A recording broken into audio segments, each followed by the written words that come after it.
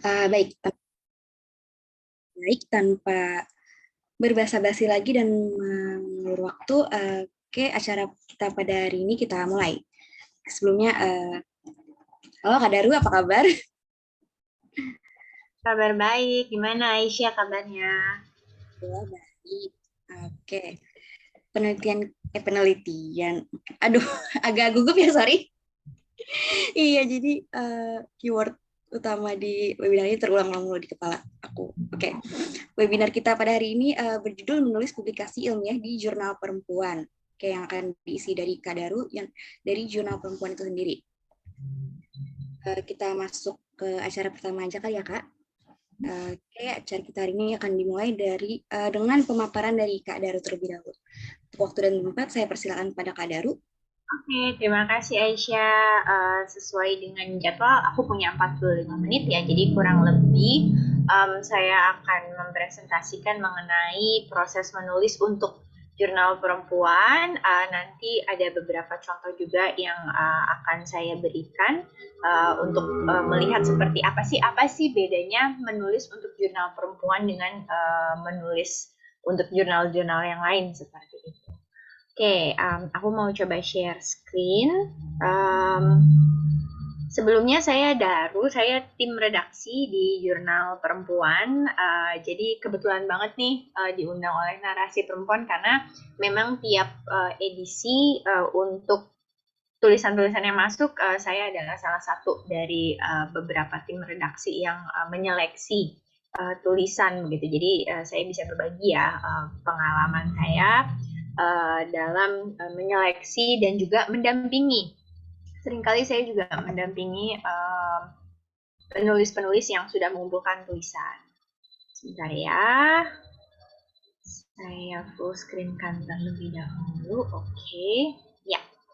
Pada hari ini, terima kasih banget untuk Narasi Perempuan atas undangannya. Tajuknya menulis untuk jurnal perempuan ya.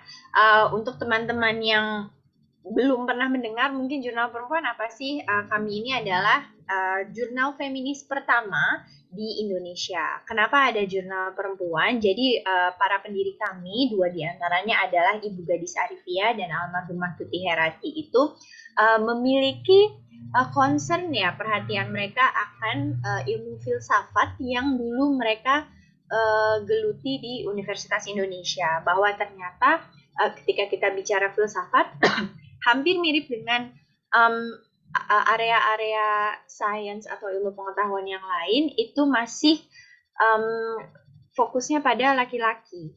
Pola pikirnya masih patriarkis dan bahkan misoginistik seperti itu. Jadi Ibu Gadis dan Ibu Tuti pada saat itu memiliki pemikiran untuk bagaimana kalau dimasukkan isu-isu feminisme ketika mengajar filsafat di Universitas Indonesia.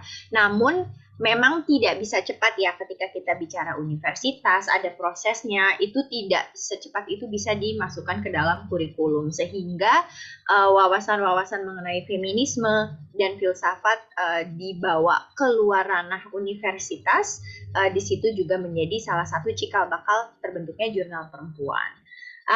Saya mau paparkan sedikit sejarah jurnal perempuan.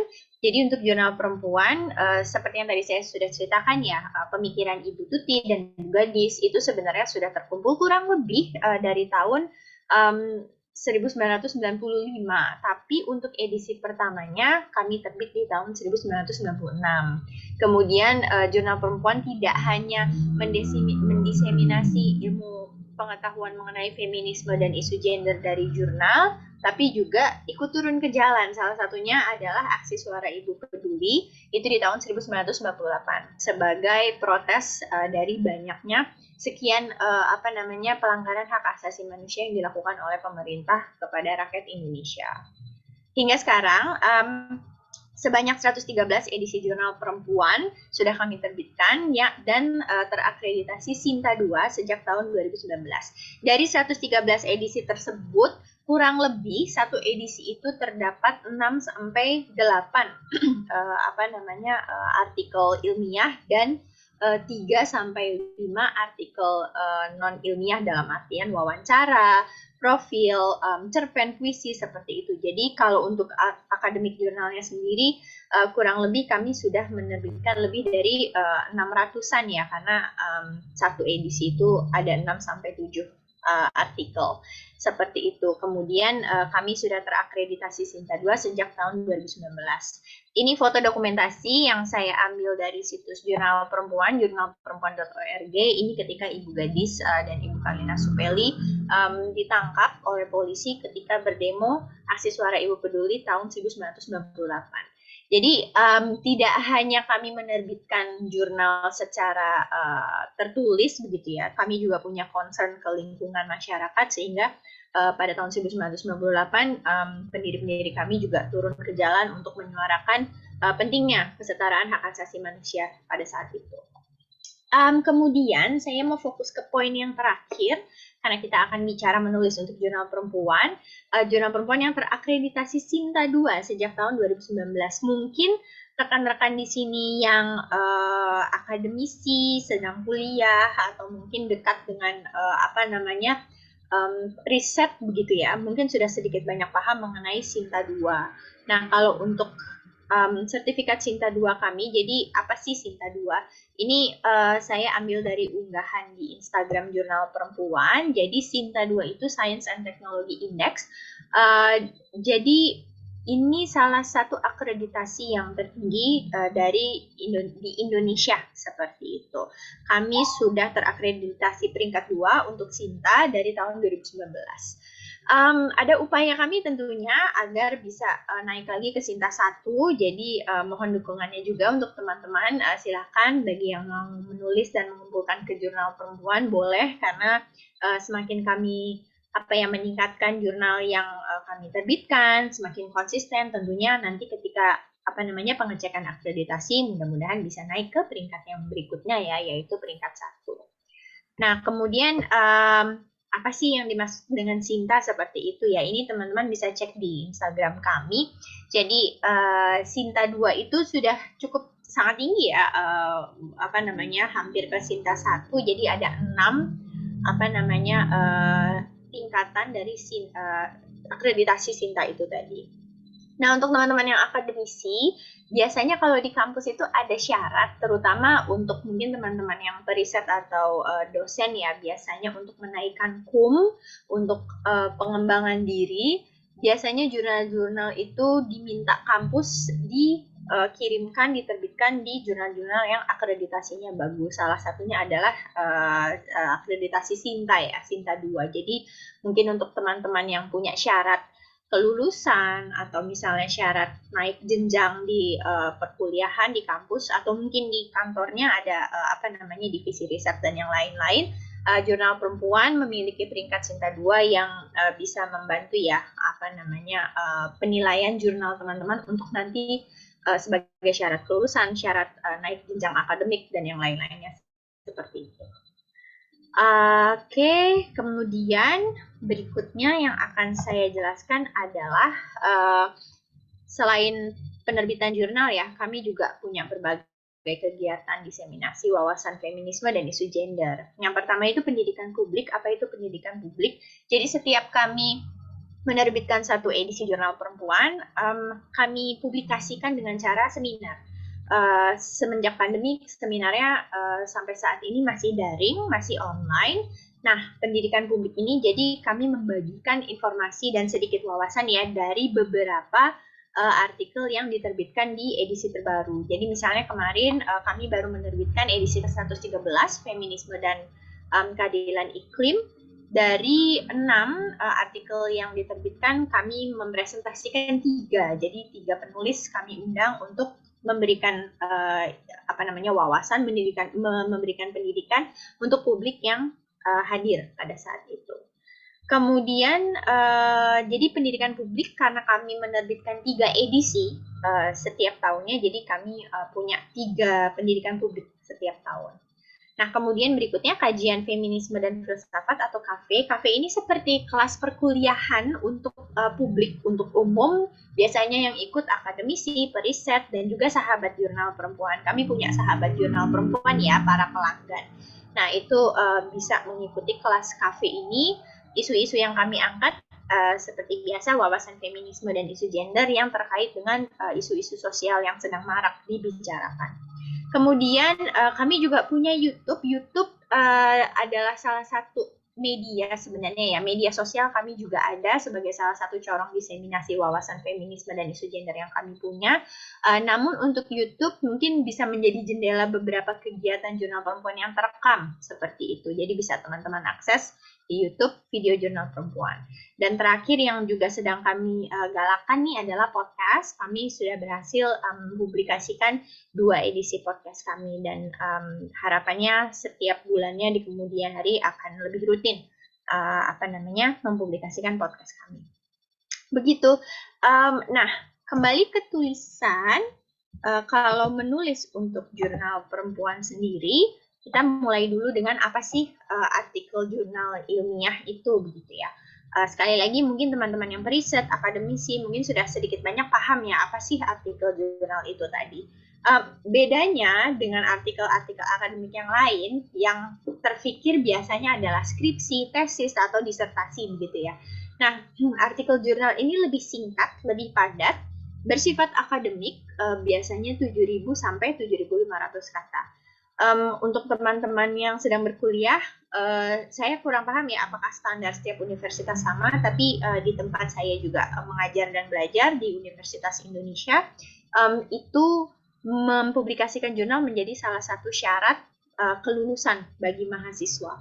Nah, biasanya yang dilakukan oleh mahasiswa itu adalah mempersingkat, memperpadat si tesis atau si skripsi yang mereka miliki itu tadi, dibuat menjadi lebih singkat, judulnya sedikit diubah dari 15.000 kata, setahu saya kalau skripsi itu 15.000 ya, tesis sampai 25 ribuan kata diperpadat menjadi 7.000 sampai 7.500 kata saja.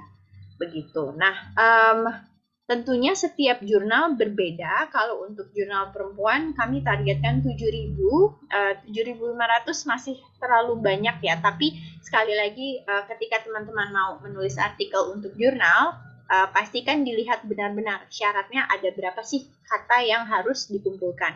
Karena pengalaman menjadi tim redaksi jurnal perempuan masih ada saja gitu ya, mereka yang mengumpulkan jurnal tapi hanya 3.000, 4.000 kata. Ketika itu kurang dari 5.000 atau 6.000 kata, argumen teman-teman ketika menulis artikel akademik ini kurang, sehingga 7.000 hingga 7.500 kata itulah yang dibutuhkan. Nah, jurnal sendiri itu apa? Saya seringkali disalahpahami oleh beberapa orang ya ketika berbicara, saya di jurnal perempuan, di kepala mereka pasti, ini antara jurnalis atau apakah ini jurnal yang setiap hari kita tulis untuk agenda kita gitu kan. Bukan. Jadi jurnal sendiri adalah kumpulan artikel akademik dengan tema yang sama. Jadi kalau jurnal perempuan, temanya feminisme dan isu gender. Makanya tidak bisa ya, misalnya teman-teman punya fokus di biologi atau fisika, lalu punya riset yang luar biasa mengenai perkembangan di area tersebut, lalu dikumpulkan jurnal perempuan, tentu tidak bisa, karena temanya kan berbeda. Sama juga dengan misalnya, saya punya mengangkat isu gender, kemudian saya kirimkan ke jurnal filsafat misalnya yang dimiliki salah satunya UGM, contohnya seperti itu. Tidak bisa juga, karena kan berbeda. Kemudian misalnya kami di Universitas Indonesia di Fakultas Ilmu Pengetahuan Budaya punya jurnal yang namanya Wacana. Nah, itu humaniora isunya. Kalau misalnya dikumpulkan riset mengenai science gitu ya, pure science, ya tentu tidak bisa juga. Jadi pastikan teman-teman kalau mau mengumpulkan jurnal, artikel jurnal dikirimkan ke jurnal yang tepat seperti itu. Kemudian kerangka penulisannya ini kurang lebih sebenarnya kalau dilihat-lihat ya teman-teman, seperti tadi yang saya sebutkan, skripsi, tesis, disertasi, kurang lebih sama. Abstrak itu selalu ada latar belakang atau pendahuluan, metodologi penelitian, pembahasannya ini yang mungkin berbeda-beda. Begitu. Tapi kemudian ada kesimpulan, penutup, dan juga daftar pustaka. Akan saya jabarkan lebih banyak lagi. Nah, pertama abstrak. Kalau untuk jurnal perempuan 200 sampai 250 kata silakan untuk abstraknya beserta kata kunci. Apa itu kata kunci? Kata kunci adalah apa namanya keyword-keyword ya, kata kunci yang diperlukan dan seringkali diulang-ulang di artikel jurnal tersebut. Ya biasanya itu adalah riset kita begitu ya, makanya diulang-ulang. Begitu juga dengan teori metodologi yang kita gunakan. Nah, kenapa penting untuk diketahui? Sekali lagi, teman-teman cari tahu jurnal tersebut maunya berapa kata sih kalau untuk abstrak. Karena saya pernah menerima ada tulisan yang masuk abstraknya itu 3/4 halaman A4 gitu ya. Itu terlalu panjang, teman-teman. Sedangkan kalau 250 kata untuk abstrak itu paling tidak kertas A4 itu sepertiganya lah, seperti itu. Nah, itu sudah cukup. Sudah cukup kok, karena tidak bisa terlalu panjang juga. Kemudian berikutnya latar belakang pendahuluan. Untuk jurnal perempuan, tentunya yang diminta adalah isu gender dan feminisme yang dibahas di dalam tulisan. Jadi latar belakangnya bisa straight to the point gitu ya, langsung ke isu gender feminismenya apa sih begitu. Jadi misalnya teman-teman mau bicara tentang kekerasan seksual yang dialami oleh perempuan, tidak usah dijelaskan kekerasan seksual itu apa dan yang lain-lain, itu tidak usah, langsung saja ke isu gendernya apa. Misalnya kenapa Komnas Perempuan hasil risetnya paling banyak perempuan yang menjadi korban kekerasan seksual, seperti itu. Nah, kemudian metode penelitian. Untuk mengumpulkan ke jurnal perempuan, tentunya kita harus tahu teori feminisme yang digunakan sebagai analisis tulisan teman-teman tuh apa sih, begitu. Untuk teman-teman yang mungkin wah kayaknya mau coba nih pertama kali nulis untuk jurnal perempuan apa namanya isu gender dan feminisme. Salah satu caranya misalnya belum tahu gitu ya penulis perempuan siapa saja ya, Google Scholar bisa menjadi teman kita semua. Yang penting teman-teman memiliki kata kunci yang tepat ketika meriset melalui Google. Misalnya pemikir feminisme. Nah, pemikir isu feminisme di bidang apa? Misalnya di bidang lingkungan, nanti kemudian akan keluar Bina Argawal misalnya, seperti itu. Kemudian misalnya di bidang politik. Jadi kata kuncinya yang sangat penting. Nah, kemudian cara pengumpulan datanya juga bisa dipaparkan di metode penelitian. Apakah ini kuantitatif, kualitatif, tanggalnya juga boleh. Misalnya riset ini dilakukan dari tahun 2000 sampai 2010, misalnya seperti itu. Silahkan saja. Kemudian, nah, pembahasannya ini. Pembahasan adalah analisis masalah menggunakan teori yang sudah dipaparkan di dalam metode penelitian.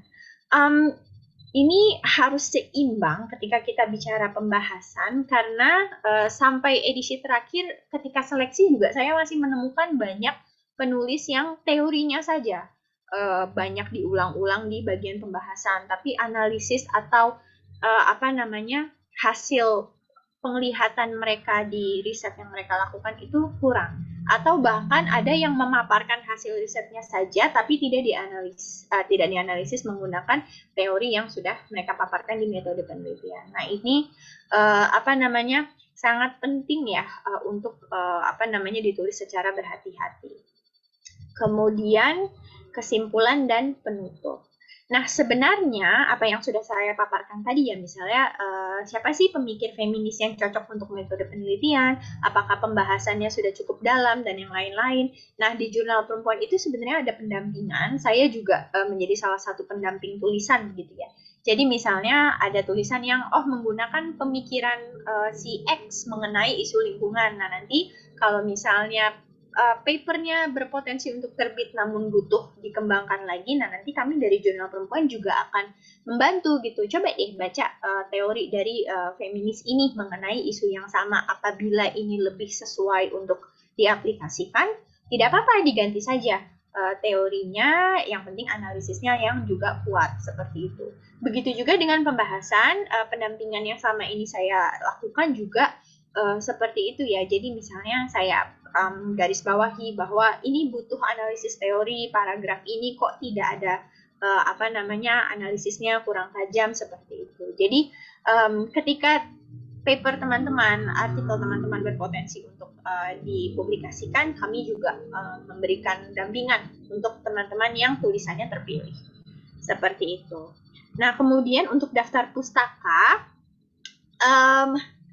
Mungkin teman-teman yang kuliah pernah dengar referensi gaya Harvard, gaya APA, American Psychology ya, itu juga ada. Nah, untuk jurnal perempuan sendiri menggunakan referensi dengan penulisan yang berbeda ya. Ini kalau dilihat di Microsoft Word lebih dekat ke Chicago, seperti itu. Jadi kalau teman-teman lihat di sini, ini saya ambil 2 contoh ya. Yang pertama buku, yang kedua jurnal. Jadi teman-teman bisa lihat ya titik komanya ada di mana, seperti itu. Nah, kenapa ini saya paparkan di sini? Karena ada kalanya ketika pendampingan nanti jurnal akan meminta teman-teman untuk merevisi ini, seperti itu. Daftar pustaka juga yang perlu teman-teman lihat ketika mau mengumpulkan jurnal ke jurnal-jurnal yang sudah teman-teman sasar, misalnya seperti itu. Karena walaupun daftar pustaka hanya titik koma ya, kadang ini memberatkan editor untuk mengubahnya. Sehingga kalau teman-teman mau mengumpulkan jurnal, cek dulu jurnal itu daftar pustakanya gaya apa gitu. Jadi nanti teman-teman revisi, teman-teman buat yang sesuai dengan gaya yang mereka anut begitu. Kemudian kalau waktunya masih ada, ini saya sebenarnya mau mencontohkan ini ya, salah satu tulisan dari Jurnal Perempuan ke-113 kemarin. Ini adalah riset kami berjudul Inisiatif Perempuan Membentuk Environmental Culture sebagai upaya mengatasi perubahan iklim. Tapi akan saya lewati terlebih dahulu. Saya mau menunjukkan beberapa ini lagi ya. Nanti kalau waktunya cukup, kita akan lihat paper ini seperti apa sih latar belakangnya yang tadi saya paparkan ini, hasil yang sudah jadinya seperti apa. Tapi sebelumnya saya mau lompat ke sini dulu. Jadi ketika teman-teman mau menulis ya, utamanya untuk jurnal perempuan, pastikan tema tulisan sesuai dengan call for paper terbaru kami. Begitu. Sebenarnya di masa-masa seperti ini, di situs Open Journal kami ada beberapa tulisan yang masuk sebenarnya, tapi proses seleksi belum dilakukan. Proses seleksi itu dilakukan sebulan setelah adanya informasi call for paper. Di mana bisa lihat informasi call for paper tersebut bisa di 2 situs ini ya. Yang pertama adalah website resmi kami, jurnalperempuan.org, dan juga indonesianfeministjournal.org. Ini open journal, situs open journal kami. Begitu. Ya, jadi walaupun tema jurnal perempuan pasti feminisme dan gender gitu ya, tapi tiap edisinya pasti temanya berbeda. Apakah perempuan dan iklim, perempuan dan perhutanan sosial, perempuan di bidang politik, perempuan dan agama, dan yang lain-lain. Begitu. Jadi berhati-hati sebelum mengumpulkan jurnal ke jurnal apapun sebenarnya ya teman-teman. Jadi dicari tahu dulu apakah jurnal tersebut menerima saja atau mereka ada call for paper-nya. Karena kalau ada call for paper-nya, belum tentu mereka mau menerima tulisan kita yang topiknya tidak sespesifik apa yang mereka butuhkan. Begitu, karena walaupun sudah spesifik begitu ya, jadi ada beberapa penulis yang isunya sudah sedikit bersinggungan dengan tema call for paper kami, tapi ketika diperiksa analisisnya kurang atau mungkin teorinya tidak begitu mengangkat isu yang kami minta, nah itu juga nanti akan gugur dalam seleksinya. Jadi pastikan jurnal yang teman-teman sasar itu syaratnya apa? Apakah call for paper atau terima-terima saja? Begitu. Kalau jurnal perempuan kami ada call for paper. Nah, call for paper bisa selain di 2 situs itu juga ya, yang bisa teman-teman lihat di layar teman-teman. Teman-teman juga bisa cek di media sosial kami tentunya ya, ada Instagram, ada Facebook, ada Twitter. Nah, kemudian tulisan seperti apa sih yang tidak akan lolos proses seleksi? Pertama, seperti yang sudah saya sampaikan ya, topiknya tidak sesuai call for paper. Lagi-lagi, walaupun topiknya sesuai call for paper, tapi misalnya analisisnya kurang, kemudian ternyata hanya judulnya saja nih yang sesuai dengan call for paper, tapi ternyata waktu dilihat isinya kok jauh ya dari tema yang diinginkan, seperti itu. Nah, itu pasti tidak lolos proses seleksi. Kemudian plagiat. Di edisi terakhir saya juga sempat menemukan penulis yang plagiat. Di satu sisi bisa dimaklumi karena penulis tersebut mahasiswa yang masih tahun kedua, seingat saya seperti itu ya. Jadi semangatnya tinggi, namun proses penulisan akademik mereka itu belum terasah Begitu teman-teman. Jadi saya juga untuk penulis-penulis seperti itu biasanya saya arahkan karena masih mahasiswa begitu ya. Silakan konsultasi ke kampus. Biasanya di kampus kan ada selain pembimbing akademik ya, entah ada mata kuliah penulisan ilmiah atau mungkin bisa dicek ke perpustakaan apakah di situ ada yang bisa melatih kita menulis penulisan secara ilmiah yang pastinya tidak ada plagiarisme seperti itu. Dan setahu saya lagi-lagi tiap universitas berbeda ya. Kalau di Universitas Indonesia terakhir saya mengecek orientasi mahasiswa barunya, di situ sudah ditekankan bahkan ada buklet untuk tidak melakukan plagiarisme. Kami juga punya mesin semacam Turnitin di mana teman-teman mahasiswa bisa mengumpulkan hasil karya mereka, kemudian nanti mesin tersebut yang mengecek apakah ini plagiat atau tidak. Seperti itu. Jadi kalau sudah ada plagiatnya tentu saya tidak mau membaca lebih jauh begitu ya. Itu sudah jadi catatan sendiri, pasti langsung dikembalikan lagi si tulisan tersebut. Kemudian paparan teori dan analisis tidak seimbang.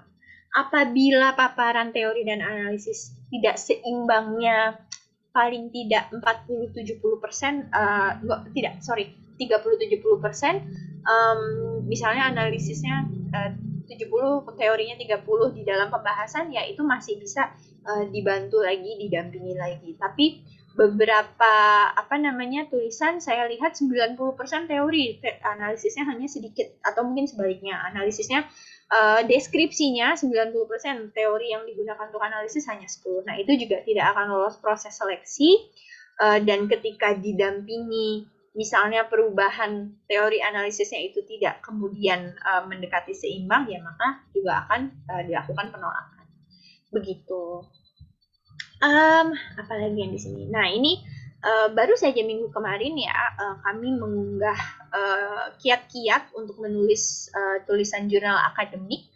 Ini juga ada beberapa rangkuman, pastikan artikel ditulis dengan baik, relevan, berlandaskan data, ada argumentasinya, jadi teman-teman tidak hanya mendeskripsikan saja.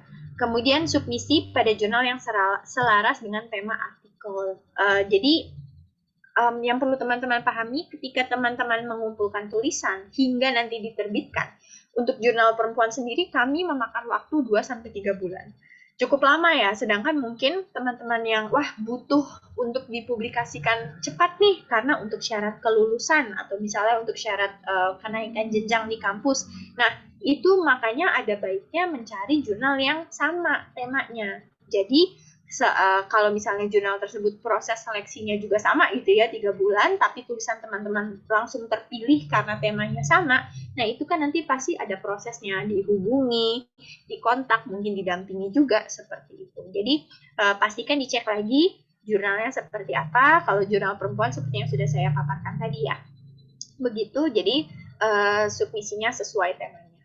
Lalu siap sedia merevisi artikel sesuai tenggat waktu yang diberikan jurnal. Jadi karena jurnal juga kalau jurnal perempuan ya, dari pengalaman saya di jurnal perempuan, karena kami mempertahankan akreditasi Sinta 2 tadi, jadi harus segera, kemudian harus sesuai penulisannya, kemudian nanti belum di layout, belum dimasukkan ke situs kami dan yang lain-lain, sehingga harus siap sedia, harus gerak cepat seperti itu ya.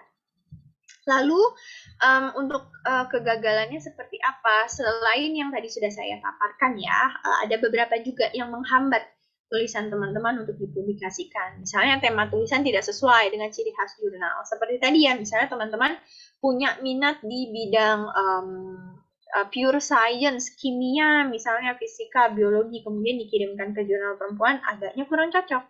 Kemudian yang kedua, kurang memperhatikan hal-hal seputar teknis penulisan. Nah, ini yang tadi sudah disampaikan ya. Kalau mereka butuh abstraknya berapa kata? Kalau mereka butuh 7.000 kata, ya kalau bisa tidak lebih dari 7.000 kata. Kemudian daftar pustakanya seperti apa? Gaya penulisan daftar pustakanya yang mana? Nah, itu sebaiknya digunakan. Kemudian basis argumen dalam artikel tidak didukung data konkret. Ini bisa jadi si plagiarisme itu tadi, atau mungkin deskripsi dari teman-teman saja. Begitu, deskripsi dari teman-teman, analisis teorinya kurang, kemudian tidak ada data lapangan atau misalnya data yang teman-teman dapat dari studi pustaka seperti itu.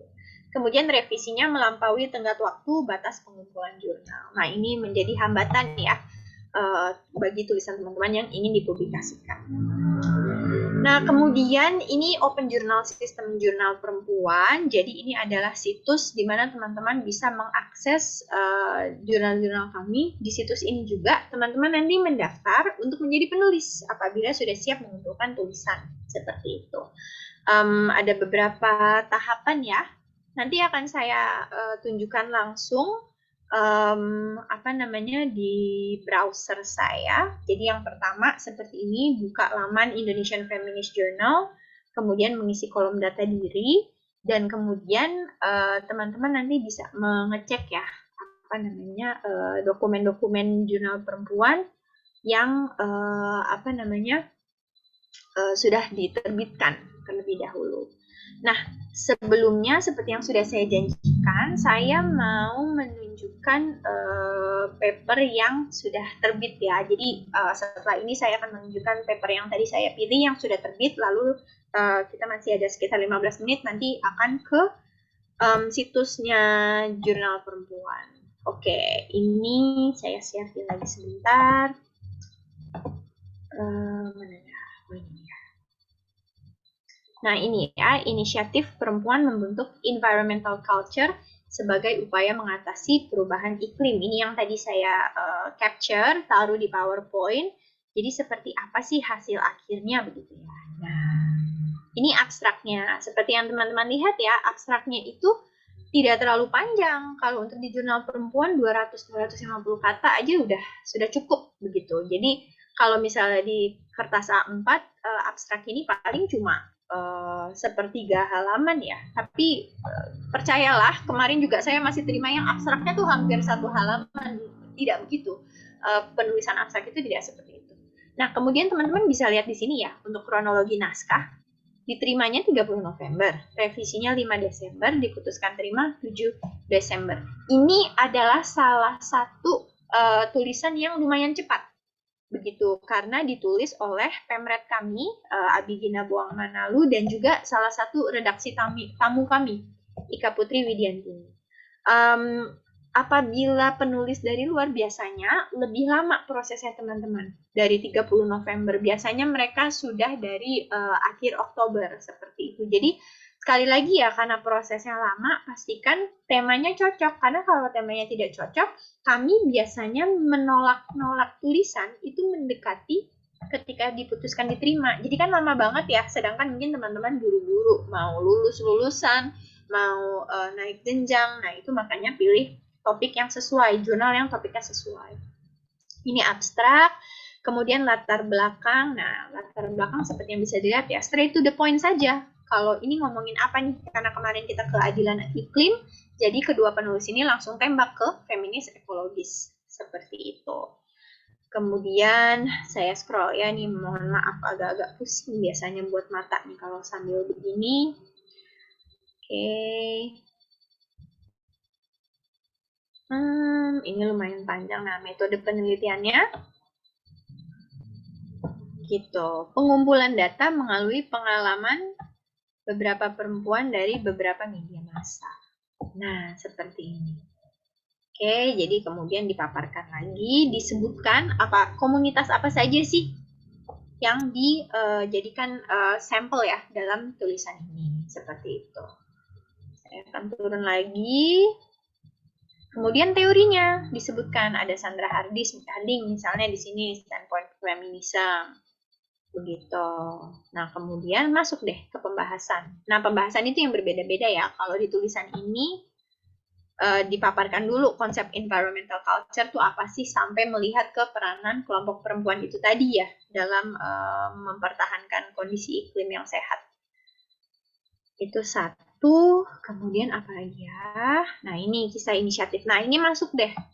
Jadi tadi sudah dipaparkan environmental culture apa. Nah, ini kita lihat environmental culture di kelompok perempuan-perempuan yang sudah ada gitu ya. Ini bye-bye plastik. Ini mungkin teman-teman yang lebih punya minat di isu itu mungkin tahu ya. Ada waste for change, tapi waste for change itu tidak menjadi sampel kami di sini. Ini ada aktivis, seperti itu. Saya akan scroll terus sampai bawah. Jadi ini ini kualitatif ya, ada wawancara juga. Ini diwawancara oleh kedua periset. Ya.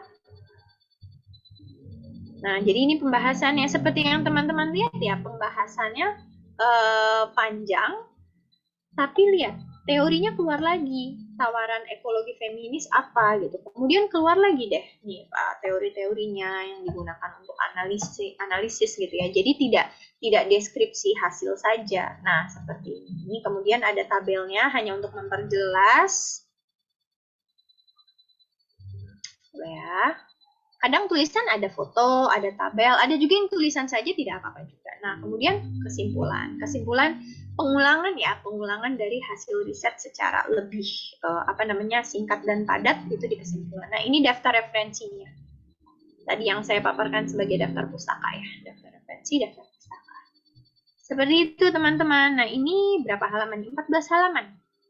14 halaman, kurang lebih 7.000-an kata. Itu untuk tadi hasil risetnya. Saya mau ke situs Jurnal Perempuan sebentar ya. Nah, ini untuk situs open jurnal kami. Jadi, kalau teman-teman sudah siap mengumpulkan tulisan, silakan ke indonesianfeministjournal.org. Ini tinggal register deh, teman-teman. Teman-teman bisa register. Kemudian, coba ya, dia masih loading. Nah, sini teman-teman bisa lihat. Silakan ditaruh ya seperti itu. Nah, kemudian teman-teman bisa mengumpulkan tulisan. Nanti kalau sudah jadi bisa langsung login. Tapi teman-teman yang mau membaca tulisan yang sudah diterbitkan Jurnal Perempuan, silakan langsung klik archive di sini. Ya. Kemudian teman-teman bisa akses jurnal-jurnal yang sudah kami terbitkan. Ini jalan mundur ya, ini yang baru nih kemarin 27 Desember 2022, nomor 113. Kemudian sampai berapa yang terakhir ya, saya lupa.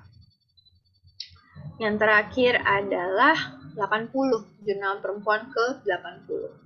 Kalau teman-teman punya peminatan nomor 1 sampai 79-nya di mana? Silakan langsung kontak kami, DM Instagram boleh, atau misalnya nanti kontak ke, coba ya, saya buka Instagram Jurnal Perempuan ini. Jadi kalau teman-teman ke akun Instagram kami, sudah ada kontaknya di situ.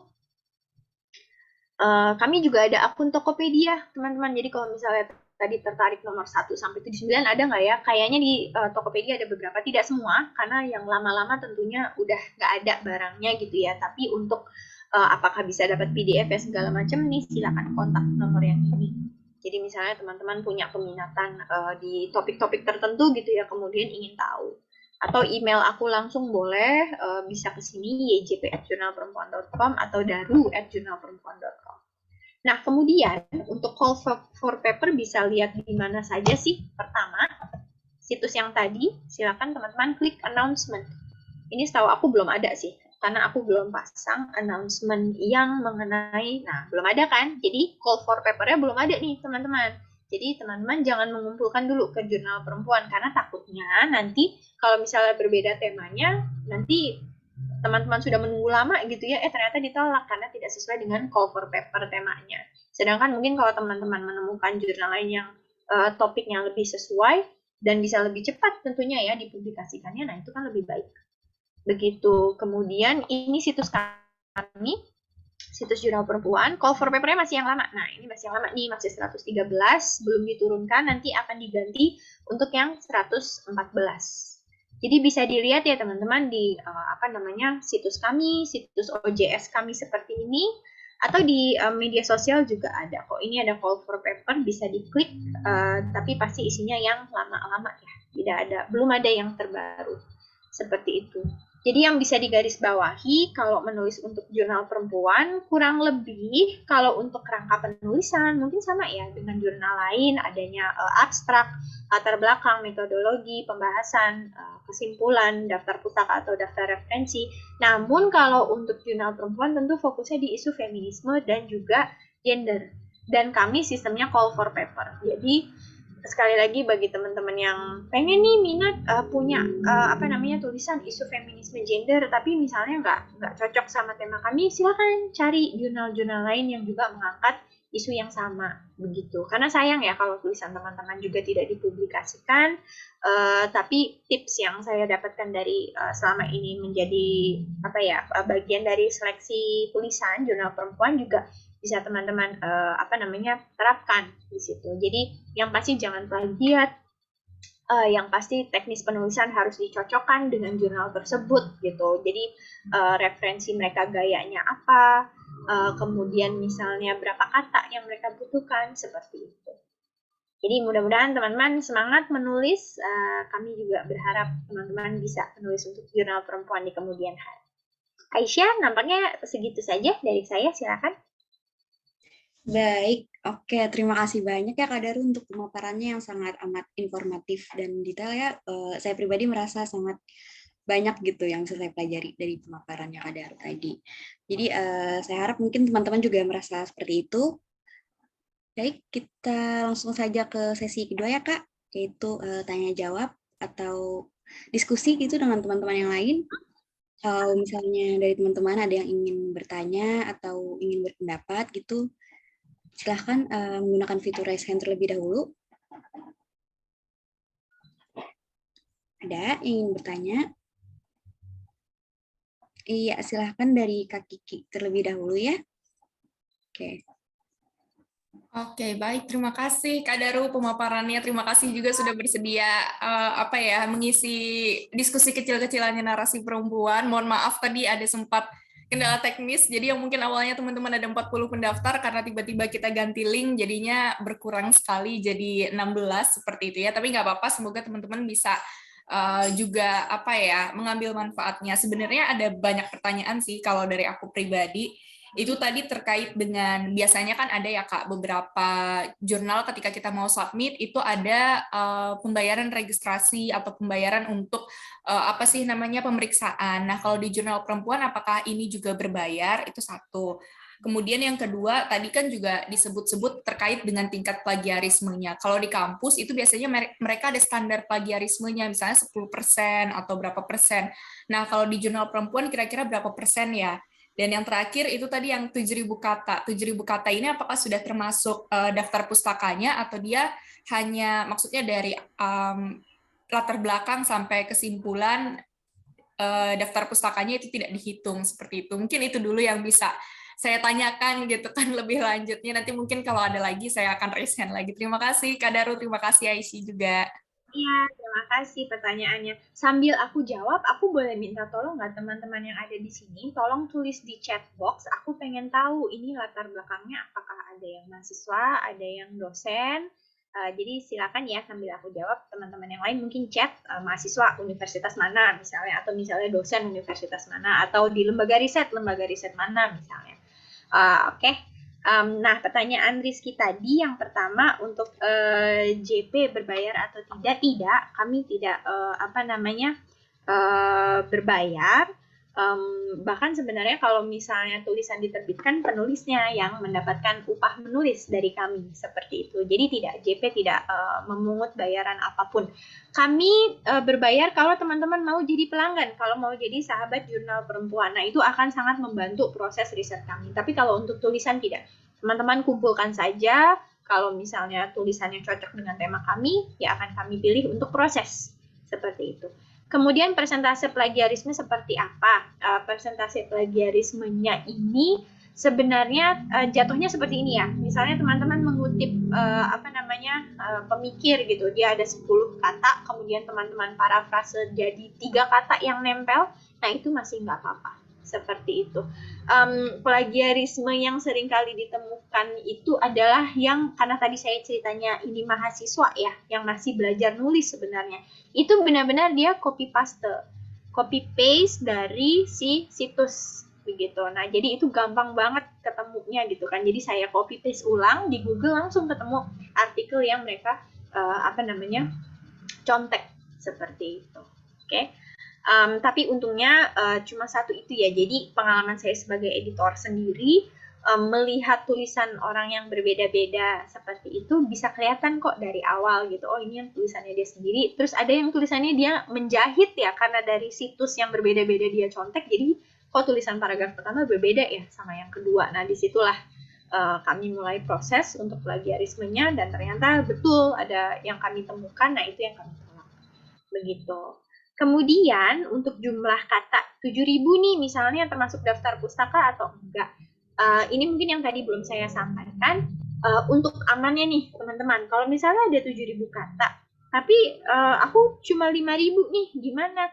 Nah, itu tergantung juga ya. Kalau 5.000 tapi analisisnya oke, teorinya oke, paling nanti kalau masuk seleksi kami minta tambahin sedikit sampai paling nggak 6.000 gitu ya. Tapi kalau misalnya batasnya 7.000, titik aman tuh 6.500 lah teman-teman. Jadi jangan 4.500 juga gitu ya. 6.500 itu sudah oke banget untuk menuju ke 7.000. Nah, daftar pustaka masuk atau enggak? Masuk. Daftar pustaka masuk. Tapi ada loh tulisan yang benar-benar bagus banget gitu ya teman-teman. Sangat bagus, tapi kemudian lebih nih 7.000 kata. Coba kita tidak hitung daftar pustakanya. Nah, itu biasanya masih masuk. Jadi kalau tulisannya benar-benar bagus, di bawah 7.000, artinya di bawah 6.500 masih kami pertimbangkan. Kalau misalnya tulisannya lebih dari 7.000, kami pertimbangkan juga dengan kami geser si daftar pustakanya tidak dihitung. Seperti itu. Nah, tapi biasanya nih teman-teman, yang berhasil menulis kayak gitu tuh kebanyakan dewan redaksi kami yang udah profesor-profesor gitu ya, bahkan mereka yang membantu seleksi seperti itu. Nah, kalau seperti itu biasanya kenapa diterima? Ya karena itu tadi di bawah 6.000 tapi tulisannya udah tajam, atau tulisannya bagus tapi terpaksa nih agak lebih dari 7.000. Nah, itu masih kami berikan dispensasi seperti itu. Jadi masih oke lah kayak gitu kan. Nah, tapi kalau teman-teman di sini belum punya pengalaman seperti dosen-dosen kami yang kebanyakan juga jadi dewan redaksi, sebaiknya kita ikuti dulu saja. Kalau mau 7.000 kata, kalau bisa sama si daftar pustakanya 7.000. Begitu ya. Jadi yang tadi lebih atau kurang dan bisa diakalin itu biasanya memang yang penulisannya udah oke banget. Jadi bisa kami terima. Jadi ini sebenarnya juga mungkin menjadi catatan bahwa menulis itu harus latihan terus ya teman-teman. Jadi buat teman-teman yang lagi nulis kemudian habis ditolak nih sama jurnal A, jurnal B, jurnal C, jangan berkecil hati. Terus menulis saja gitu. Kemudian misalnya, aduh aku udah nulis tapi kok nggak keterima jurnal yang akreditasinya tinggi seperti itu. Gak apa-apa teman-teman, dari bawah dulu aja cari akreditasinya yang mungkin masih bisa menerima tulisan teman-teman. Nanti kan akan menyesuaikan dan kemudian pasti bisa kok lama-kelamaan diterima oleh akreditasi yang diinginkan begitu ya.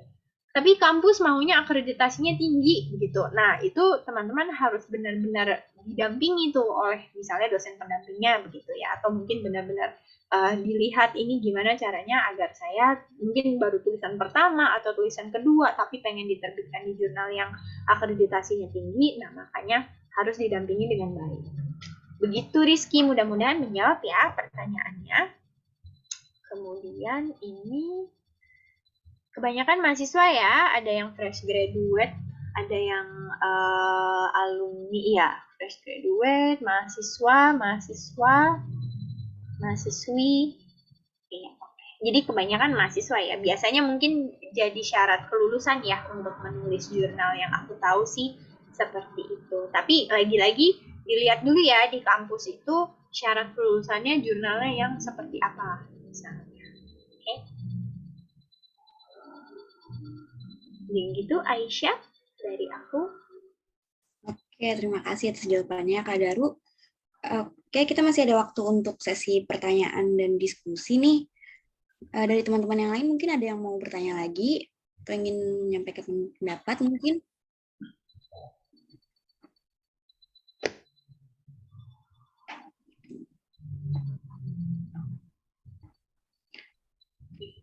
Kalau agak bermasalah di mikrofonnya mungkin bisa bertanya di chat ya.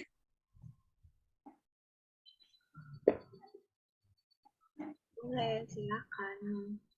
Silakan. kalau teman-teman ada yang punya peminatan untuk seperti yang sudah tadi saya sampaikan ya, jurnal perempuan tuh nggak cuma artikel ilmiah, kami juga ada artikel non formalnya seperti cerpen, puisi, kemudian ada wawancara, ada profil. Nah, yang kami buka untuk umum itu kebanyakan si cerpen dan juga puisi seperti itu. Jadi kalau teman-teman ngerasa, aduh mau partisipasi di jurnal perempuan tapi kayaknya belum pede nulis secara akademik, silakan email ke tadi yang udah aku tunjukin di Instagram ya, yjp@jurnalperempuan.com untuk memaparkan peminatannya. Nanti tim redaksi juga akan melihat apakah kami butuh cerpen atau puisi dengan topik-topik tertentu misalnya. Oke. Karena ini belum ada yang nanya, mungkin dari aku dulu kali ya, Kak. Oh ya. Aku jadi tertarik nih buat menulis cerpen dan puisi di jurnal perempuan. Itu bisa lebih dijelasin lagi nggak lebih dalam? Oke. Kalau menulis cerpen untuk jurnal perempuan, mungkin yang teman-teman bayangkan, oh cerpen ya udahlah ya nulis cerita pendek. Nah itu juga sebenarnya ada topiknya. Jadi untuk cerpen biasanya kami topiknya per edisi. Jadi kayak kemarin kami ada perhutanan sosial. Seingatku cerpennya itu mengenai topiknya tetap feminisme dan gender gitu ya. Seingat aku topiknya tentang rumah tangga tapi dari sudut pandang seekor burung kalau tidak salah. Nah itu masih ada ya tema kami perhutanan sosial, kemudian cerpennya ke si binatang yang biasa tinggal di hutan, kemudian isunya juga isu feminis dan gender karena tentang rumah tangga seperti itu. Atau mungkin isu waktu itu kami mengangkat kekerasan seksual, temanya juga cerita tentang kekerasan seksual. Begitu juga puisinya seperti itu. Kayak waktu itu kami berbicara perempuan dan inisiatif keadilan. Nah di situ kami mengangkat cerita perempuan-perempuan yang menjadi korban pelanggaran HAM di Aceh, salah satu tulisannya. Nah itu puisinya ditulis oleh salah satu aktivis di Aceh, begitu. Jadi memang cerpen dan puisinya kalau teman-teman punya peminatan silakan email, lagi-lagi ditanya dulu gitu ya, ini tema untuk edisi berikutnya apa, jadi mungkin teman-teman juga punya inspirasi untuk menulis cerpen atau puisi yang seperti apa. Paling begitu Aisyah. Mungkin terdengarnya agak kok ribet banget ya, harus sesuai tema, karena itu tadi ya, ternyata mempertahankan akreditasi Sinta 2 yang dimiliki oleh kami, dan saya yakin juga jurnal-jurnal yang lain juga seperti itu memang harus berhati-hati sekali, begitu teman-teman. Dan tentunya apabila teman-teman bisa mengikuti, temanya misalnya keadilan iklim, aku akan nulis cerpen yang ada isu iklim dan juga gender feminismenya, nah itu kan juga artinya teman-teman punya kapabilitas yang tinggi ya untuk menulis baik tulisan akademik maupun tulisan informal seperti cerpen dan puisi. Seperti itu Aisyah. Oke, baik. Kira aku mau tanya lagi nih Kak, ada nggak sih tulisan dari mahasiswa yang udah pernah diterima di jurnal perempuan? Ada kok banyak gitu. Mahasiswa ada, S1 ada, S2 ada, dari 2 edisi terakhir kami juga ada kok gitu. Oke. Tapi memang begini ya Aisyah, ketika kita bicara penulisan, ini sudut pandang aku sebagai seorang pengajar juga ya, ada kalanya universitas yang berbeda memang punya drilling atau pelatihan menulis untuk mahasiswa yang berbeda. Seperti itu. Jadi kadang aku sendiri sebagai pengajar masih suka kok melihat ada anak S2 yang tulisannya tidak setajam anak S1. Misalnya kayak gitu. Nah, ternyata ketika dilihat latar belakangnya, universitas si anak S1 ini ternyata memang memfasilitasi penulisan, kemudian mensyaratkan jurnal untuk kelulusan. Jadi kan mau nggak mau dia sama pembimbing akademiknya benar-benar bekerja keras gitu ya. Sedangkan yang mahasiswa S2 ini mungkin dulu ketika lulus S1 kampusnya tidak setegas itu dalam mempublikasikan tulisan ilmiah gitu, sehingga ketika dia lagi S2 justru dia yang kesulitan seperti itu. Oke. Jadi kalau untuk penulisan di jurnal perempuan ya lagi-lagi kami tidak membatasi kan ya, bahkan usia pun tidak ada. tidak ada batasan usia. Mungkin yang kami belum pernah terima, mungkin anak-anak SMA tugas akhir gitu kayaknya belum pernah sih. Karena memang ketika penulisan jurnal ilmiah, jurnal akademik biasanya memang di tingkat perguruan tinggi. Begitu. Baik. Baik. Oke, kebetulan skripsi untuk lulusan S1 aku kemarin juga menggunakan feminisme ya Kak. Aku waktu itu bahas film di Prancis soal seksualitas perempuan. Nah, kira-kira bisa nggak ya kalau misalnya dari skripsi aku itu aku kembangkan lagi gitu topiknya, kemudian aku kirim ke jurnal perempuan. Bisa, tapi untuk ke arah mana dulu nih? Seksualitas misalnya ya, apakah kita bicara kesehatan reproduksinya, apakah kita bicara relasi kesehatan mentalnya, nah itu nanti lagi-lagi yang harus dilihat ke temanya. Kayak kemarin edisi kami terakhir, feminisme dan keadilan iklim. Tentunya tidak nyambung sama seksualitas perempuan itu tadi, gitu kan? Kalau misalnya seksualitas perempuan ini Aisyah berarti pakai salah satu dari 3 pemikir perempuan Prancis, betul? Iya, saya pakai Beauvoir. Pakai Beauvoir. Oke, nah itu mungkin bisa ke jurnal yang lebih ke filsafat seperti itu. Atau mungkin kalau misalnya bisa dibilingualkan ya di bahasa Inggris kan bisa, bahkan bisa cari jurnal lain yang mungkin internasional. Nah, tapi ini juga sebagai catatan ya teman-teman, jurnal internasional juga ternyata tidak mungkin terdengarnya privilege gitu ya, pride banget gitu ya jurnal internasional, tapi nggak ada bedanya sama jurnal-jurnal di dalam negeri. Teman-teman harus cari tahu dulu ini seperti apa, harus bayar atau enggak, itu tadi pertanyaannya Rizky bagus banget gitu, karena kalau udahlah jurnal internasional bayar, artinya kan kita bicara mata uang yang berbeda, nanti transfernya lewat mana, seperti itu gitu. Kalau misalnya Aisyah tadi bicara Beauvoir, mungkin jurnal yang mengarah ke isu filsafat, atau mungkin kalau misalnya bisa cari jurnal-jurnal kampus di luar negeri yang punya kepakaran di situ, mungkin juga bagus. Tapi kalau untuk jurnal perempuan, nanti silakan teman-teman tunggu dulu ya untuk kebetulan untuk edisi berikutnya 114 kami belum memutuskan nih topiknya apa sih gitu. Tapi kayaknya kalau untuk yang Aisyah kerjakan tadi seksualitas, kayaknya kami belum ke situ sih gitu, kecuali nanti misalnya Aisyah kembangkan lagi terus didempet-dempetkan ke isu yang nanti kami minta di call for paper, nah mungkin itu bisa gitu. Oke, siap. Kebetulan sih kemarin aku topiknya seksualitas, tapi lebih ke representasi seksualitas perempuan di media, seperti itu Kak Daru. Oke, media berarti, nah itu juga lebih oke lagi tuh, jadi bisa cocok cari jurnal yang mengangkat isu itu. Kalau mau ke jurnal perempuan boleh, tapi bersabar ya menunggu temanya itu tadi. Nanti 114 apa? Kalau 114 belum cocok, yaudah deh nanti nunggu 115. Nah, takutnya nggak cocok juga, apa namanya, isu yang teman-teman angkat itu kan harus segera dipublikasikan ya, agar orang-orang tahu ini penting loh ilmu yang saya bagikan di apa namanya riset saya ini, seperti itu. Gitu.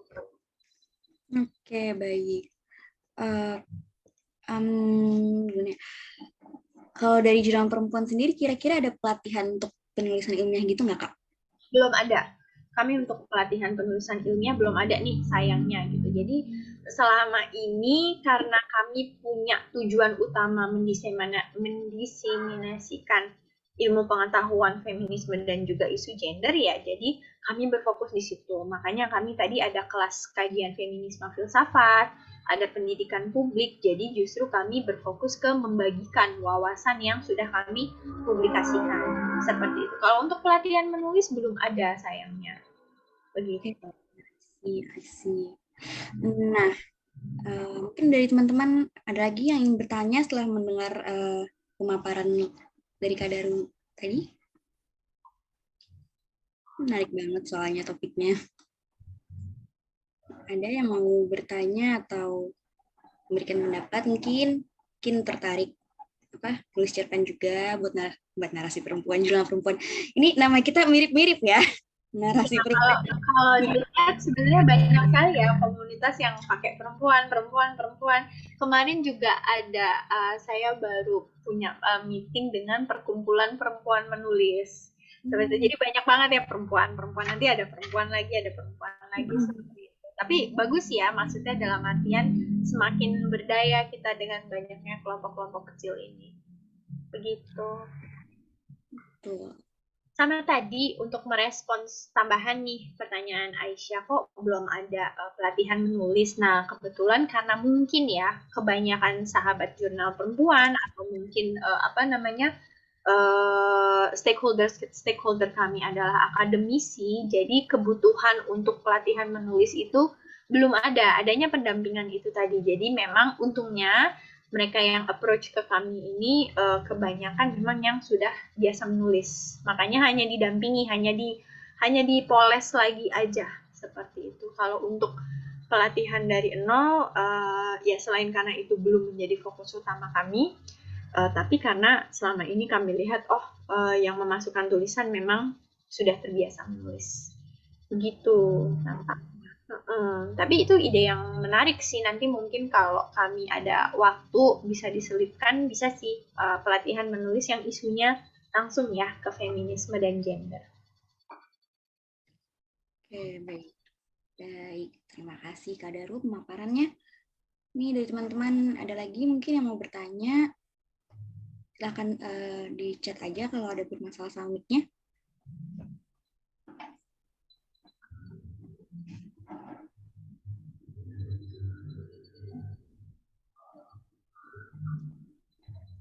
Mungkin Kak Kiki ada pertanyaan lagi?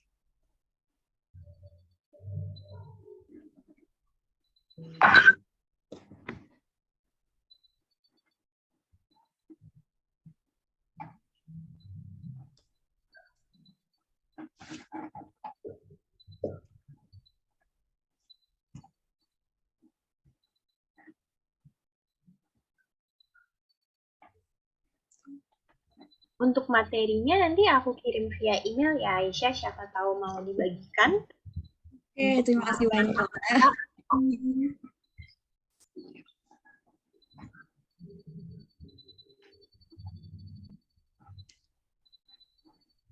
Mungkin ada lagi yang mau nanya soal pendampingan penulisan mungkin. Oh ya, kemarin juga salah satu penulis ada yang bertanya, pendampingan tuh kayak gimana sih? Kayak ini, kayak persis kayak kalau kalian nulis skripsi gitu kali ya. Cuma mungkin memang tidak seintens itu. Sekali lagi, seperti yang tadi sudah saya sampaikan, karena kebanyakan latar belakang penulis memang sudah terbiasa menulis, jadi hanya dipoles-poles saja gitu dan sudah tahu ini nih kayaknya kurangnya di bagian ini, silakan diperbaiki seperti itu. Tapi memang kurang lebih ada pertemuan. Kemarin beberapa kali saya Zoom meeting dengan beberapa penulis atau via telepon misalnya seperti itu. Itu terutama untuk memfasilitasi sulitnya berkomunikasi via tulisan ya. Dalam artian biasanya kan kalau penulis mempunyai tulisan Microsoft Word terus kita berikan komentar seperti itu. Nah, itu ada kalanya kan ini maksudnya apa sih? Gimana sih gitu. Jadi seringkali saya buka. Ya udah kita Zoom jadi bisa tanya langsung atau mungkin edit langsung seperti itu. Jadi seperti bimbingan skripsi, cuma kalau bimbingan skripsi kan setahu saya ada targetnya ya, pokoknya harus berapa kali gitu kan. Nah, kalau ini enggak sih. Gitu. Oke. Aku mau nanya lagi nih Kak, untuk for paper itu berapa lama ya durasinya dari awal sampai dibuka, dari pengumuman sampai dibukanya submission itu? Oke, kalau dibuka sampai ditutup itu kurang lebih 3 minggu sampai 1 bulan. Jadi kami memberikan kesempatan untuk mereka yang mau menulis dulu, kemudian untuk mengumpulkan tulisannya. Nah, sejak submisinya ditutup sampai penerbitan itu yang cukup lama, 2 sampai 3 bulan seperti itu. Oke. Nah, kira-kira dari dalam rentang waktu 3 bulan itu cukup nggak ya membuat satu penelitian baru dari awal sampai submission-nya itu? Gimana? Maaf. Oke, ini kan kalau for paper kan ada temanya ya Kak. Nah, terus jangka waktunya ada 3 bulan nih. Nah, dalam waktu 3 bulan itu kira-kira cukup nggak ya kita bikin satu penelitian baru dari kayak benar-benar bikinnya dari from scratch gitu loh Kak? Justru pengumpulan from scratch-nya itu yang sebulan tadi. Jadi dari paper sampai submission. Sebenarnya cukup sih sebulan, dan ini kan bukan skripsi atau tesis ya yang butuh waktu 3 sampai 6 bulan 1 semester gitu. Karena ini kayak cuma 7.000 kata, untuk draft kasarnya 1 bulan itu cukup kok. Banyak yang melakukan hal tersebut. Nah, nanti Kalau keterima 3 bulannya itu dipoles. Seperti itu. Oke. Aku juga pernah kok waktu dulu, tapi bukan untuk jurnal perempuan ya, saya lupa waktu itu untuk kepentingan di kampus, dikasih waktu sebulan, ya sudah bisa sih, cukup waktunya sebulan untuk menulis, kemudian disubmit, begitu. Oke, wow. Berarti Tapi harus benar-benar iya, seperti tapi memang sebulan itu intens banget ya, makanya kebanyakan sih kalau yang melihat call for paper itu, mereka biasanya udah punya draft riset duluan, baru setelah itu, wah ada nih cocok temanya di ini dikumpulin kayak gitu. Kayak misalnya tadi Aisyah ya udah punya isu tentang seksualitas media menggunakan Beauvoir, nanti mungkin ada yang muncul temanya sesuai dengan itu perempuan dan media misalnya atau apa namanya representasi seksualitas perempuan di media, nah langsung aja dikumpulkan seperti itu.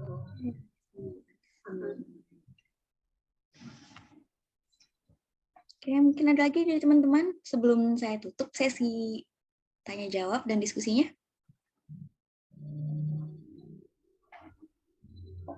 Oke, ini ada yang di chat ini. Dari Kak Devi. Agak panjang nih.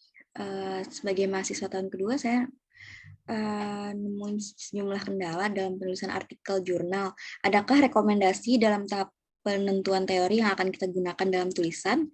Lebih lanjut, adakah medium yang bisa kita akses untuk mengetahui perkembangan teori tentang gender dan feminisme?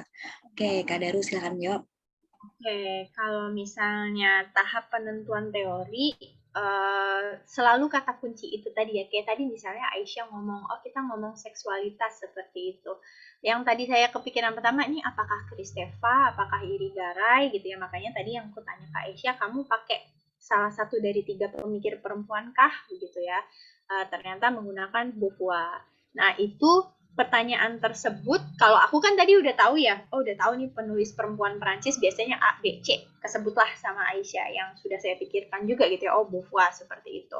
Nah, ketika kita melakukan riset di isu feminisme dan gender, atau mungkin yang lain misalnya gitu ya, penentuan teorinya apa sih, kata kuncinya apa dulu, seperti itu. Misalnya, apa namanya, saya mau berbicara kekerasan seksual, kekerasan dalam relasi dan kesehatan mental, misalnya seperti itu. Nah, kata kuncinya kan ada kekerasan relasi, ada kesehatan mental. Kesehatan mental perempuan, misalnya seperti itu ya, lebih spesifik lagi karena perempuan kebanyakan korban yang lebih banyak nih daripada yang laki-laki seperti itu.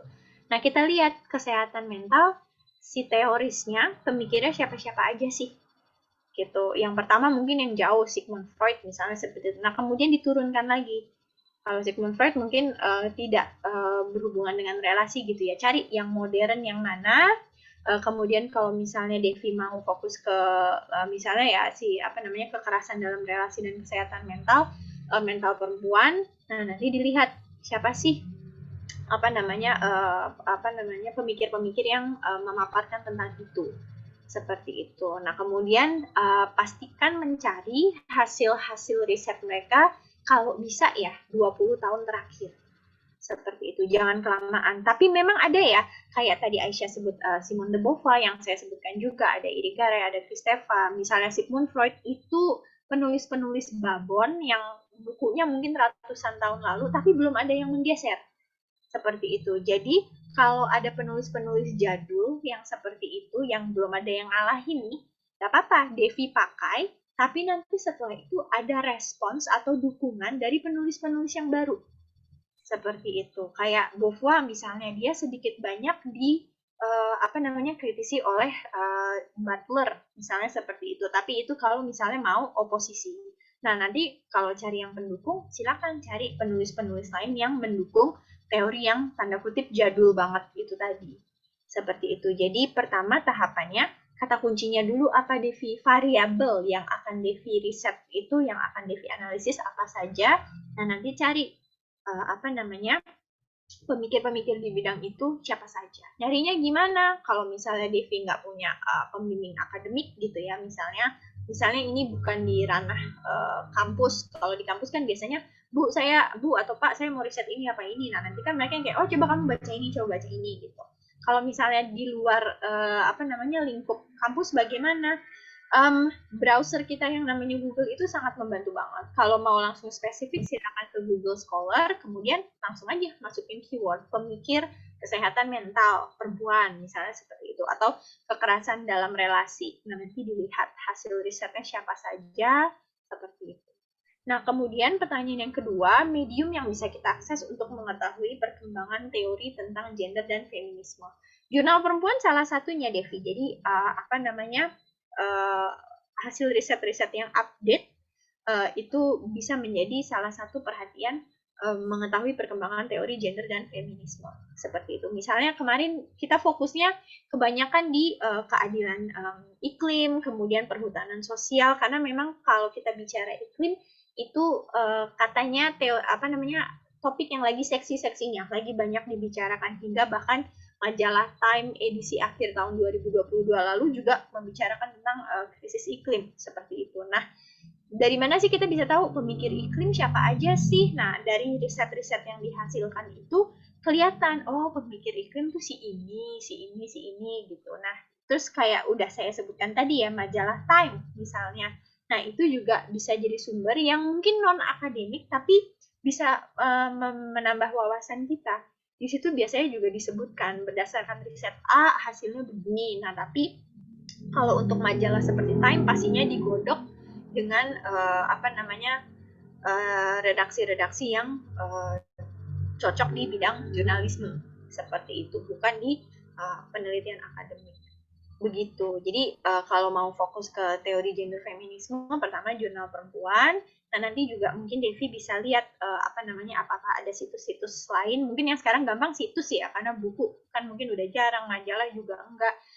Cari jurnal-jurnal lain dengan isu yang sama. Jadi nanti Devi bisa dapat dua topik yang berbeda nih. Misalnya sekarang jurnal perempuan lagi fokus ke keadilan iklim, nanti mungkin jurnal yang lain topiknya berbeda. Nah, tapi nanti dari situ bisa dilihat dari hasil-hasil risetnya, oh ternyata pemikir-pemikir yang baru ini, teori-teori yang baru ini, seperti itu. Kalau untuk isu sosialnya, jurnal perempuan juga mengangkat isu sosial, atau misalnya teman-teman ke Komnas Perempuan, kalau Komnas Perempuan udah di level negara tuh, misalnya ada laporan-laporan di situ, beberapa banyak kekerasan seksual yang dialami oleh masyarakat Indonesia, berapa perempuan, berapa laki-laki, seperti itu. Kurang lebih begitu, mudah-mudahan membantu pertanyaannya Devi. Oke, baik. Terima kasih ya Kak Daru. Oke, mungkin aku mau nambahin sedikit nih di penelitian skripsi aku. Itu juga awal pakai buku luar, tapi kemudian aku tambahkan lagi nih dengan penelitian sih, teori baru di Prancis soal female gaze atau le regard féminin. Itu baru diterbitkan tahun 2018. Jadi masih baru banget. Jadi mungkin bisa sedikit menambahkan juga bagi teman-teman yang menulis, ya nggak apa-apa pakai teori klasiknya kalau kata dosen saya, tapi dicari benang merahnya, sangkut pautnya sama teori yang baru gitu. Ya, itu betul banget. Oke, ini ada dari Kak Kiki lagi mau bertanya, Kak, silakan.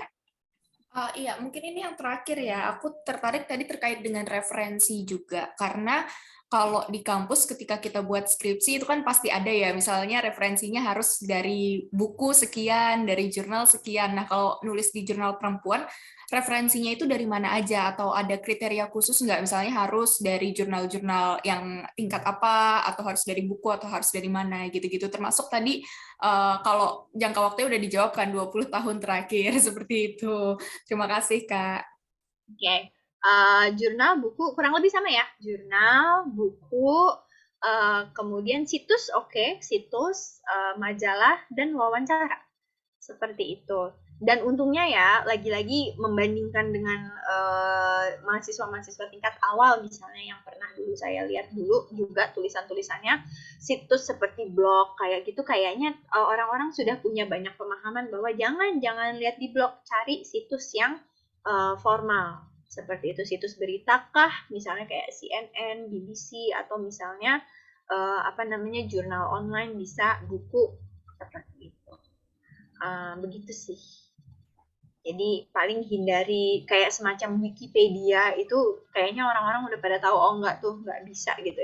Sebenarnya teman-teman Wikipedia itu berguna untuk kita sebagai batu loncatan, dalam artian kita lihat dulu nih Wikipedia ngebahasnya apa sih. Oh ternyata Wikipedia menunjukkan menurut penulis ini dalam bukunya yang ini. Nah itu yang kita cari, jadi bukan Wikipedianya yang kita kutip seperti itu. Untuk apa namanya jangka waktu itu tadi ya kalau bisa 20 tahun terakhir, tapi memang kadang sulit ya. Tapi seperti yang tadi sudah dibagikan Aisyah gitu, bahwa Beauvoir itu kan udah lama banget tapi ternyata pemikiran beliau masih dibutuhkan, masih masih sahih di saat ini. Bahkan ada apa namanya teori baru seperti itu yang mungkin dibutuhkan untuk perempuan dalam media representasinya seperti itu. Begitu Rizky. Oke, berarti nggak masalah ya Kak, misalnya sadurannya ternyata hanya jurnal dari situs mana, kayak gitu, tanpa ada buku atau tanpa ada ini. Nggak apa-apa, tapi biasanya kalau kita teori pasti ada bukunya. Gitu. Hmm. Jadi misalnya kita bicara Simone de Beauvoir itu tadi ya udah pasti Second Sex ada bukunya. Kemudian misalnya kita bicara Agarwal misalnya itu juga ada hasilnya, risetnya seperti itu. Paling tidak jurnal.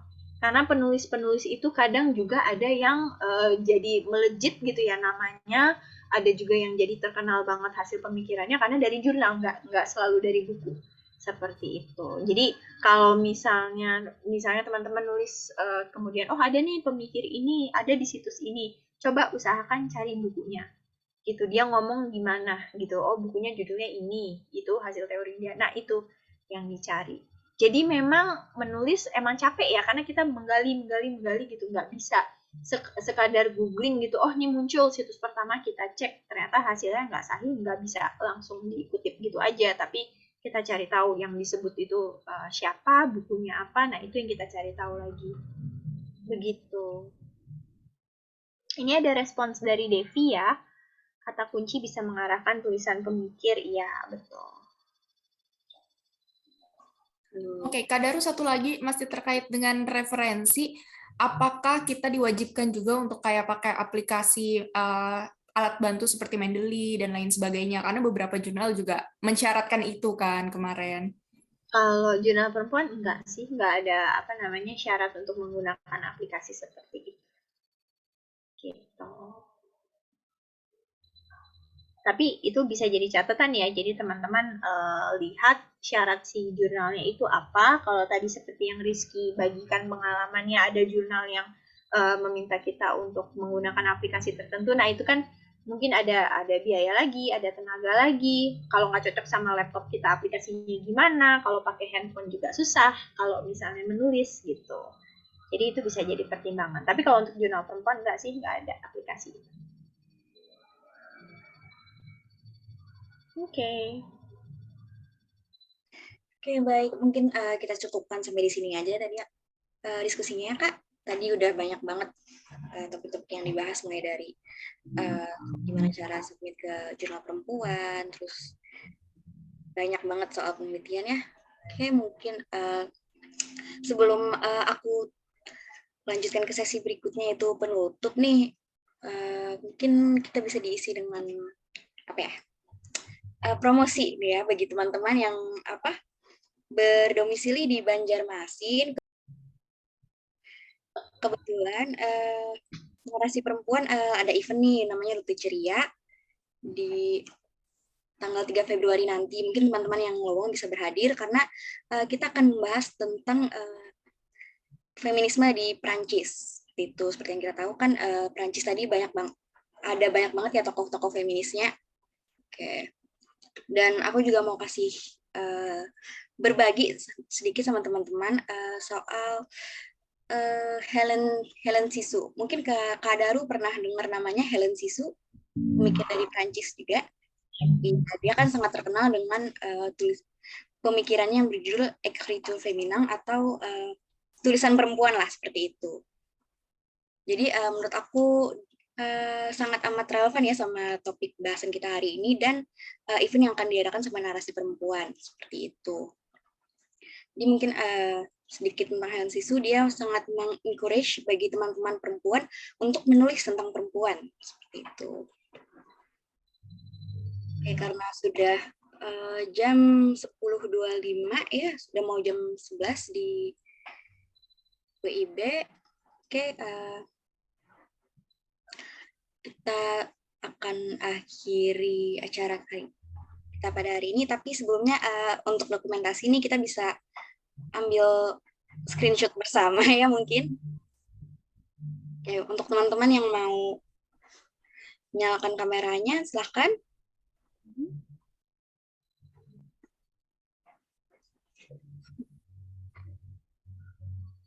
Ya. Ada lagi yang mau nyalakan kameranya? Ini aja. Oke, saya akan ambil screenshot ya. 1, 2, 3. Oke, mau ganti gaya mungkin. Oke. 1, 2, 3. Baik, oke, terima kasih Kak Daru dan teman-teman sekalian atas waktunya. Semoga diskusi kita hari ini bermanfaat ya, teman-teman semua. Oke, dengan ini saya akhiri acara kita pada hari ini. Assalamualaikum warahmatullahi wabarakatuh. Mohon maaf kalau ada kesalahan dan kekurangan. Oke. Terima kasih, Terima kasih, Jurnal Perempuan. Bye.